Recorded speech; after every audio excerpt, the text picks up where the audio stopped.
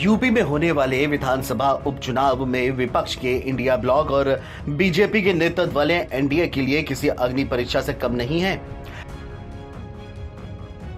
फिलहाल तारीखों का ऐलान नहीं हुआ है, लेकिन अभी से कमर कसना शुरू कर चुके हैं।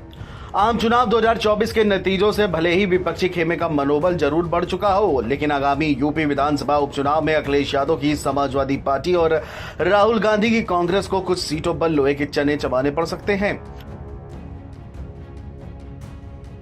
दरअसल लोकसभा चुनाव 2024 में विधायकों के सांसद बनने से यूपी विधानसभा की 9 सीटें खाली हुई हैं, जबकि एक सीट सपा विधायक को सजा होने के बाद खाली हुई है। ऐसे में कुल 10 सीटों पर अब उपचुनाव होगा।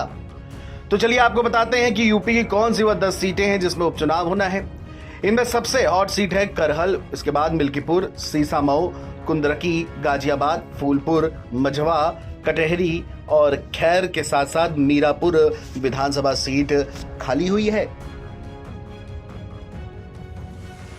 चुनावी आंकड़ों को देखें तो 2022 में हुए विधानसभा चुनाव में इनमें से 5 सीटें समाजवादी पार्टी ने और 1 सीट आरएलडी ने जीती थी। हालांकि तब रालोद का गठबंधन सपा से था और 3 सीटें भाजपा ने जीती थी और 1 सीट भाजपा के सहयोगी दल निषाद पार्टी के खाते में आई थी।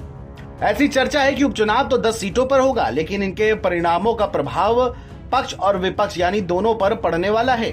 सियासी गलियारों में यह भी कहा जा रहा है कि कांग्रेस ने लोकसभा चुनाव में जो प्रदर्शन किया है उसके आधार पर वह अधिक सीटों की डिमांड कर सकती है। वह उपचुनाव में सपा से मोलभाव की स्थिति में नजर आ रही है। इतना ही नहीं, ये भी सवाल उठ रहा है कि क्या कांग्रेस यूपी विधानसभा के उपचुनाव में उसी स्पीड के साथ काम करेगी जैसे उसने लोकसभा चुनाव में कर दिखाया था।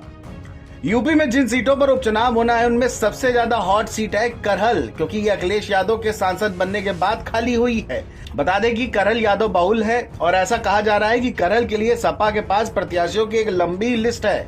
हालांकि अभी तक किसी का नाम तय नहीं किया गया है, जबकि बीजेपी भी वहां तगड़ा उम्मीदवार तलाश कर रही है। माना जा रहा है कि यहाँ सपा कांग्रेस को लोहे के चने चबाने पड़ सकते हैं।